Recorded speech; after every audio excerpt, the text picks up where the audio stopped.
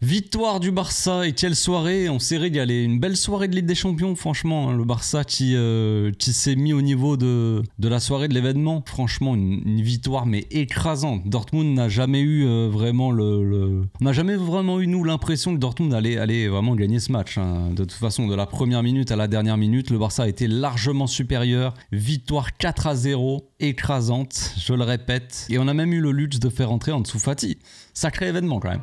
Débrief à chaud, c'est parti.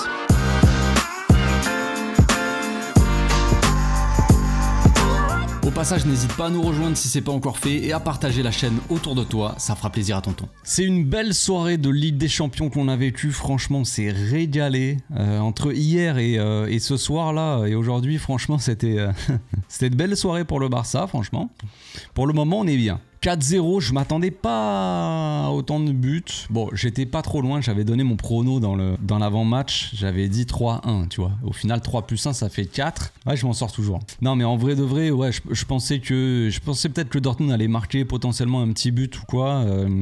Bon, après, nous, c'est vrai qu'on était vraiment dans une forme de monumentale. Ce soir, on a vraiment vu un très beau match, des joueurs qui ont été excellents, les attaquants qui ont tous marqué, Lamine Yamal qui a fait un gros match, même au milieu de terrain, Fermin Lopez qui a fait une grosse deuxième mi-temps, en défense c'était incroyable, au milieu Pedri, Frenkie, bref franchement il y avait tous les joueurs qui se sont mis au niveau. C'est vrai que dans le dernier match contre le Betis Séville on est resté un peu sur notre faim, tu vois, il y avait cette frustration du résultat évidemment, mais il y avait un Barça peut-être qui se gérait, en tout cas on avait l'impression que ce Barça était un peu fatigué et là ce soir on a vu un match monumental de la part des joueurs, mais en termes d'intensité, vraiment un match digne de la Ligue des Champions et ça fait plaisir.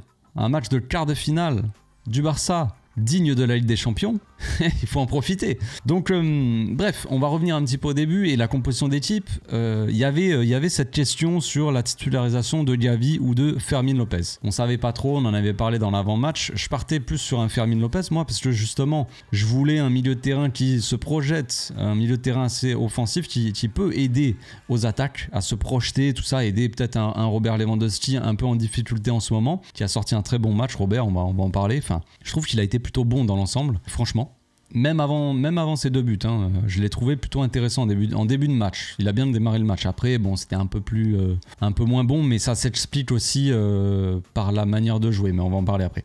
Donc ouais, franchement, je sais plus ce que je disais. Donc Fermin qui a été choisi à la place de Gavi et franchement, il a sorti un très bon match, très belle perf de Fermin, je trouve, surtout en deuxième mi-temps, qui a vraiment élevé le niveau de jeu, qui a failli marquer. Il a fait un poteau, il a fait une passe D quand même à Lewandowski, mais très intéressant au milieu de terrain. On le savait, hein, de toute façon. Fermin, après généralement il est quand même meilleur quand il rentre sur le terrain, c'est un peu comme Ferran Torres, généralement quand ils font des rentrées ils sont meilleurs en tant que super sub, mais là il a fait son match, j'ai trouvé, et il a mérité d'être titulaire, il a bien rendu au coach on va dire, et sinon c'était à peu près l'équipe type, hein. Lewandowski en pointe avec Rafinha et Lamine Yamal à côté de lui, milieu de terrain Pedri, Gavi, ça c'était évident, la défense aussi c'était assez évident, gros match de Inigo Martinez et Cubarsí, vraiment les passes, cassage de ligne, les récupérations, l'agressivité, l'alignement du hors-jeu, incroyable. Je vais parler de Ronald maintenant parce que sinon je pense que je vais oublier, les gars. En fait il s'est passé énormément de choses dans ce match, c'est difficile pour moi de parler de tout, c'est compliqué de se remémorer tout ça et dans l'ordre et tout ça, d'être structuré. C'est un débrief à chaud, donc direct c'est les émotions, tu parles un peu de tout et tu penses pas forcément à tout ce que tu auras envie, mais bref, Ronald, je vais en parler maintenant. Il a fait une très bonne rentrée, il a fait un double sauvetage monumental digne de Ronald, tu vois. Ronald, dans les moments comme ça où il faut donner sa vie pour sauver un but, il le fait généralement assez bien, et là ouais, grosse rentrée de Ronald, ça fait plaisir aussi, même si logiquement ça va lui donner la confiance, tout ça. Maintenant on sait que voilà, en tant que titulaire il y a quand même Cubarsí et Inigo Martinez qui ont un temps d'avance, un train d'avance sur lui. Il y en a peut-être qui sont pas d'accord, mais en tout cas aux yeux du coach c'est le cas, puisque Ronald est sur le banc dans les matchs vraiment importants quand les deux autres sont là, mais ça fait plaisir aussi de voir qu'il est capable de rentrer et de sauver un petit peu aussi sur certaines actions, disons. Pas sauver le match, parce que bon, il y a déjà, on menait, mais vraiment faire des sauvetages qui sont très importants, décisifs aussi dans le match, parce qu'il fallait aussi garder cette cage inviolée et au match retour, avoir un petit clean sheet, tu vois. T'as 4 buts d'avance. bon, on sait que 4 buts d'avance, ça peut être rattrapé. Tu peux prendre 4 buts à l'aller et faire 6-1 au retour. Il peut y avoir des remontadas comme ça. Je crois que ça avait déjà été fait, je sais plus par qui. Mais ça peut exister. Donc, on va pas faire les malins, mais quand même, on voit que le Barça a été largement supérieur à Dortmund. Dortmund qui a pas eu... ils ont eu des occasions en vrai. Franchement, Guirassy, il a loupé de fou. Il aurait pu au moins marquer 2 buts, je pense. Au moins un. Franchement, à un moment, il y a un loupé. Il est devant les cages complètement seul. Il n'y a pas hors-jeu pour une fois. Il veut faire une reprise de volée. Il loupe le ballon. Chesney qui s'était allongé. Le ballon a rebondi. Il est tombé dessus. Il a récupéré. Genre... Merci frérot. Mais Guirassy, franchement, s'il a loupé, c'est une dinguerie. À la place des supporters de Dortmund, je suis à leur place. Moi, je vrille. Je vrille. Parce que t'as pas beaucoup d'actions à te mettre sous la dent. C'est le Barça. On est très en forme cette saison. On est favori. Tout ça, on fait partie des favoris pour la Ligue des Champions. Tu sais que ça va être compliqué. Tu sais que t'es à l'extérieur, tout ça, et t'as un gros raté comme ça alors que t'es face au goal, franchement, je vrille. Donc ouais, Guirassy, il a beaucoup raté, ce qui nous a permis d'être un peu plus tranquille, tu vois, et là, en fin de match, se dire qu'on mène de 4-0 avant le match retour, c'est vraiment une très bonne chose. Très bonne chose. Ça nous conforte vraiment, ça nous permet aussi de potentiellement, on va pas prendre ce match retour à la légère, évidemment que non, mais c'est toujours mieux d'avoir 4 buts d'avance que 1 ou 2, tu vois, c'est logique les gars, il n'y a pas besoin de... c'est juste de la logique. Donc c'est positif en tout cas. Bon, mis à part le Barça qui a été largement supérieur, qui a dominé, qui a joué, qui a fait un contre-pressing monumental, un pressing, Dortmund ne pouvait plus respirer, n'arrivait pas à sortir les ballons en début de match. Le début de match, il est monumental de la part du Barça, beaucoup d'intensité, énormément d'intensité dans le pressing, dans le contre-pressing, un contre-pressing de qualité. Dortmund ne savait pas quoi faire, il faisait que dégager, on récupérait très haut, ou alors en tout cas il passait pas la moitié de terrain en fait Dortmund. Et ouais, le début de match est monumental. Maintenant, disons une première partie de la première mi-temps qui est vraiment très bonne, et une deuxième partie qui est un peu moins, où le Barça a commencé à vouloir trop se précipiter, trop envoyer, trop jouer vite en fait, vouloir jouer trop vite en fait. Parce que tu peux jouer vite, mais jouer trop vite et trop souvent, c'est pas bon. Mettre trop de rythme, c'est pas bon. Il faut aussi un petit peu endormir le match, gérer ses efforts, les faire courir en face, et après tu frappes, tu vois. Tu les endors et après tu les frappes. Bon, bizarre de dire comme ça, mais vous m'avez compris. Donc il faut aussi changer de rythme, avoir un changement de rythme et pas toujours être à fond, parce que ça aussi c'est le meilleur moyen de nous fatiguer. J'en ai parlé en début de vidéo, j'ai dit Lewandowski, machin, on a un peu moins vu à un moment donné, et je pense que c'est en rapport avec le jeu en fait. Plus tu vas mettre de rythme, plus tu vas vouloir jouer vite, plus Lewandowski va être à la ramasse. Façon de parler. Il a quand même fait un bon match, mais on a vu en début de match, j'ai trouvé Lewandowski assez intéressant en jouant dos au jeu. Il était assez précis, il faisait des déviations en une touche, tout ça, il ralentissait pas forcément le jeu, et je trouvais que Lewandowski était bon, tu vois. Et à partir du moment où on a commencé à vouloir jouer trop vite, à envoyer les ballons en profondeur pour Rafinha principalement, en fait on a joué un petit peu trop au rythme de Rafinha, et Rafinha lui ça le dérange pas de courir tout le temps. Parce que Rafinha c'est une machine, mais les autres sont pas forcément adaptés à ce jeu là, et le fait de courir trop et d'aller trop vite, ça va te fatiguer les joueurs, et un joueur comme Lewandowski tu vas pas pouvoir l'utiliser assez bien, on va dire. Il va être trop en retard sur les contre-attaques, tout ça, il va vouloir peut-être suivre, il va avoir un peu plus de lenteur pour suivre les Lamine et les Rafinha qui partent plus vite, et au bout d'un moment, plus t'avances dans le match, plus Lewandowski va être fatigué, ça va être compliqué. Il a 36-37 ans le pépère, donc quand même au bout d'un moment tu vois c'est plus compliqué pour lui de suivre. Donc en fait à ce moment là du match, Lewandowski on l'a un peu moins vu, et au moment où en deuxième mi-temps on a un peu plus posé le jeu, un peu plus on s'est installé vraiment dans la moitié de terrain en fait, on n'a pas hésité à faire tourner quand il fallait tourner, tout ça, et c'est à ce moment là que Lewandowski est revenu un peu dans le match et qu'on l'a revu, et c'est là qu'il a mis son doublé aussi. Donc il y a eu des buts un peu de raccro. Le premier but franchement c'est un peu dommage, j'ai pas trop kiffé, je suis content pour Rafinha, il a marqué, mais franchement le but le ballon allait rentrer, Rafinha il se jette pour marquer, il a failli être hors jeu en plus. Si ça c'est pas un rat, je sais pas ce que c'est. Alors on pourrait appeler, il s'appelle Rafinha, mais en vrai je suis content, vas-y tranquille, on a marqué, mais en vrai de vrai c'est pas ouf de faire ça. Koubarsi il marque pas souvent, frérot.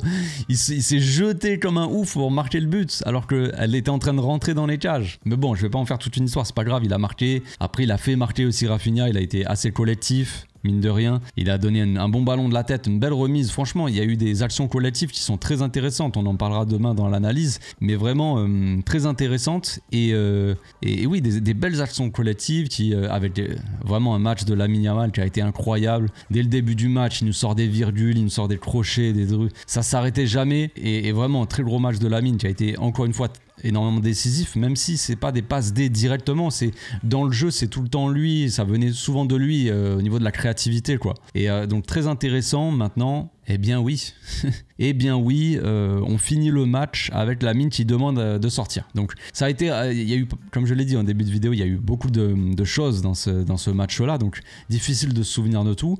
Mais si on se souvient d'une chose, c'est que Ansu Fati, les amis, est rentré. Ansu Fati est rentré, c'est un sacré événement déjà.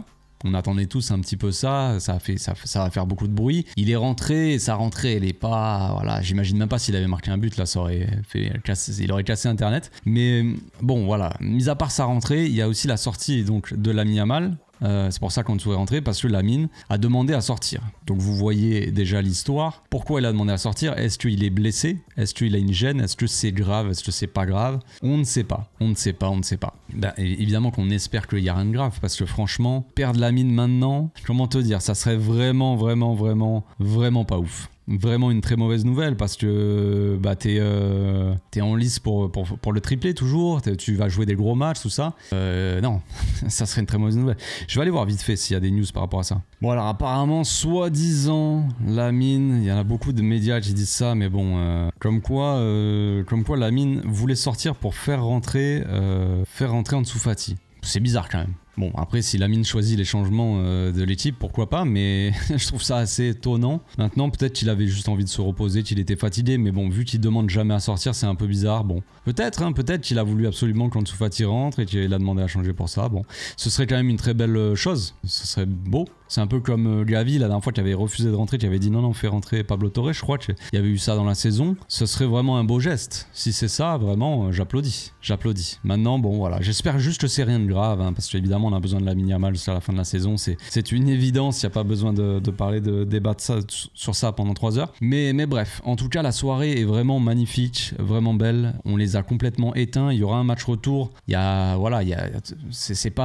n'est pas qualifié, on va pas déjà se voir déjà en demi-finale. Il faut avant jouer ce match retour, mais en tout cas, bah évidemment que c'est une très belle chose d'avoir 4 buts d'avance. C'est une très belle performance, un grand match de Ligue des Champions, franchement. Ça fait probablement partie des meilleurs matchs du Barça cette saison. C'est ça qui est assez fou, c'est qu'on est en avril, les amis. Quasiment bientôt mi-avril, et on sort un match comme ça. Encore. C'est beau, en termes d'intensité, en termes de tout, je parle. Voilà, il y a des buts et tout ça, c'est bien, mais on a l'impression qu'on joue presque un match comme on jouait en début de saison. Et ça, c'est une très bonne nouvelle, évidemment. C'est un grand travail qui a été fait par le coach, par son staff technique, on le répète, évidemment, mais cette saison-là, elle est monumentale. Elle est monumentale, voilà. J'en ai déjà parlé, mais il faut féliciter, il faut rendre à César ce qui appartient à César, comme on dit. Mais vraiment, il y a une très grosse saison qui est en train d'être faite par l'équipe, par le staff. Il y a un gros travail. Les joueurs sont encore concentrés, encore motivés. Tu sens qu'ils ont envie, parce que, comme je l'ai dit, le match contre le Betis, tu vois, t'as l'impression qu'ils étaient fatigués, qu'ils pouvaient plus donner. Et le match contre Dortmund, quelques jours après, t'as l'impression que c'est le premier match de la saison, tu sais, tellement ils ont d'énergie. Bon alors après, à des moments du match, tu les sens peut-être un peu fatigués, évidemment, parce que ça court beaucoup. Mais t'avais vraiment une intensité, comme je l'ai dit, digne d'un match de Ligue des Champions. Et pourtant, on est en avril et ça fait plaisir. Donc on va essayer de continuer comme ça, les gars. Hein. On va souhaiter que le Barça continue comme ça et qu'on se qualifie pour la suite, tout simplement. On se retrouve demain, les amis. Je vais mettre donc sur Instagram une boîte à questions. Sachez qu'il y a le Discord aussi maintenant. Le lien est ici dans la description. Sur Discord, pour ceux qui n'ont pas Instagram, vous pouvez me poser des questions dans l'onglet FAQ, et puis je prendrai quelques questions d'Instagram, quelques questions de Discord, du Discord quoi, et voilà. Donc on va faire demain analyse et FAQ mixé. Donc je vais essayer de prendre quelques séquences du match de ce soir, mais je vais pas pouvoir prendre trop de séquences, la vidéo va être trop longue. Ça va être difficile pour moi de sélectionner un petit peu, mais je vais peut-être plus regarder un peu les buts. Je vais peut-être pas prendre tous les buts, mais on va essayer de sélectionner ce qu'il y avait de positif, mais il y a tellement de choses positives que ça va être compliqué de trier, voilà, tout simplement. Donc je vous souhaite une très bonne soirée, je vous dis à demain. Ciao.